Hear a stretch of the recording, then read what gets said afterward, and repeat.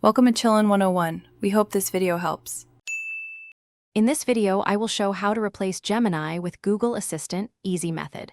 Start by backing up any custom prompts and note app permissions, then sign into your Google account, enable Assistant access, and set Google Assistant as the default voice assistant in system settings. If needed, install any companion apps and grant microphone permissions. Test voice commands and tweak routines for shortcuts so responses match your preferences.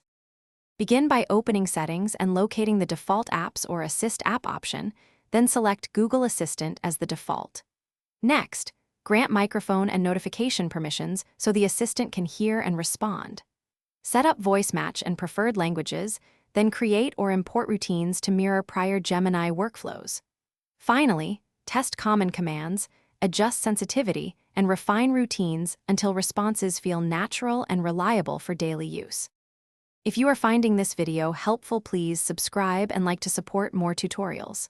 Quick recommendation: pick up The Simple Path to Wealth, a book that can change how you think about money, and it pairs nicely with automation that saves time and cuts financial stress.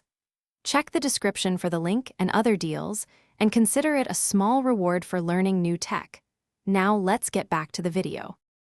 If Google Assistant fails to respond, restart your device and recheck default assistant settings.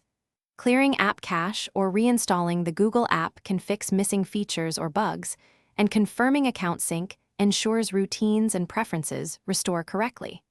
Verify region and language settings when voice features or payment actions are unavailable. For persistent problems, remove and re-add your Google account, then retest commands and routines until everything behaves consistently. Thanks for watching. Consider subscribing if we helped you.